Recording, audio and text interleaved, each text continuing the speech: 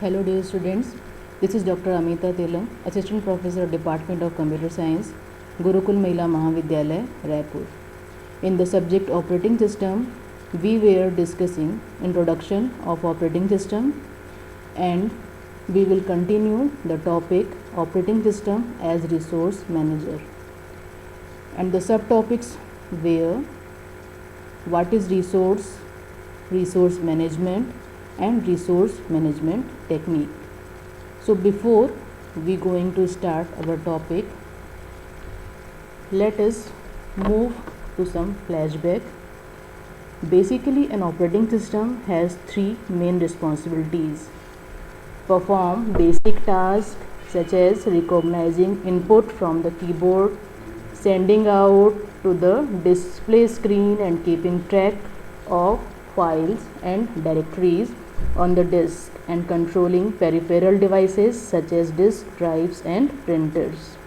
Ensures that different programs and users running at the same time do not interface with each other. Provide a software platform on top of which other programs can run. The operating system is also responsible for security and ensuring that unauthorized users do not access the system. So, first of all, we will see what is resource. As we all know this thing, that operating system is the very important responsibility of operating system is to manage resources.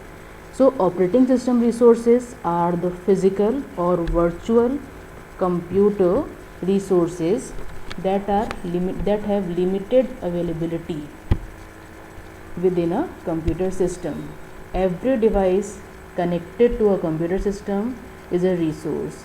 Every internal system component is a resource. Virtual system resources include files, network connections, and memory areas, CPU time, memory, random access memory, as well as virtual memory. Secondary storage like hard disk, network throughput, battery power, external devices, all are resources of computer which an operating system manage. Let us move to resource management, because we already discussed here one topic, that what is resource. So everything in computer is resource. It doesn't matter it is hardware or it is software. So resource management is the basic need for any system, and every operating system provides resource management. In the alternative view, the job of operating system is to provide for an orderly and controlled allocation of the processors, memories, and input-output devices among the various programs competing for them. When a computer or network has multiple users, the need for managing and protecting the memory, input-output devices, and other resources is even greater, since the users might otherwise interface with one another. In addition, users often need to share only hardware but information as well. As I already told you, that resource could be in any form. It could be in a hardware or in a software form. So in short, this view of OS holds that its primary task is to keep track of which program are using which resources to grant resource. Now for accountability, we can say here that operating system is a manager of system resource. A computer system has many resources as stated above. Since there were many conflicting requests for the resource, the operating system must decide which requests are to be allocated resource to operate the computer system fairly and efficiently. Here we present a framework of the study, that how these resource management work is going on. The operating system as a resource manager can be classified in the following three popular views: primary view, hierarchical view, and extended machine view. The primary view is that the operating system is a collection of programs designed to manage and systems resources, namely memory, processor, peripheral devices, and information.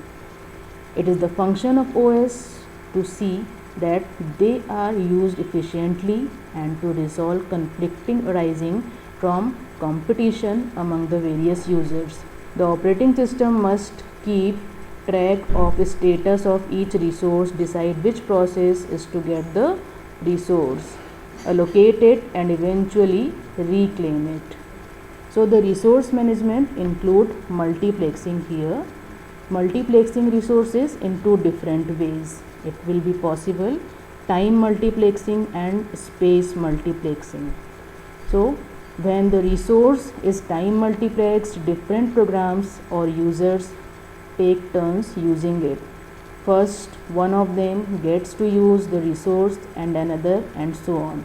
For example, with only one CPU and multiple programs that want to run on it, operating system first allocates the CPU to one long enough. Another one gets to use the CPU, then another, and then eventually first one again.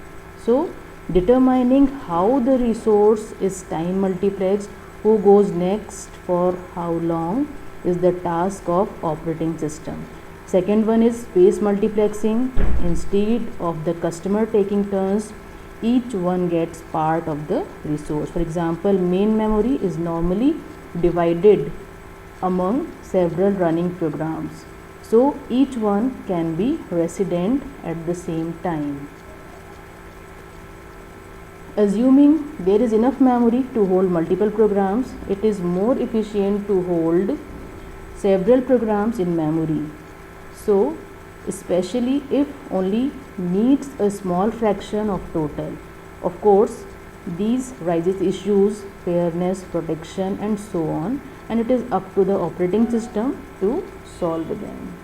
So, here operating system is working as resource allocator, and it is resources that are running the computer system fully. These resources are CPU time, memory space, file storage space, input device, output device, and so on. It has no limit. Everything is a resource. So it is the responsibility of operating system that how to manage these resources so that clashes for the resource will not happen at any time. In our next class, we will start the topic memory management. Thank you very much.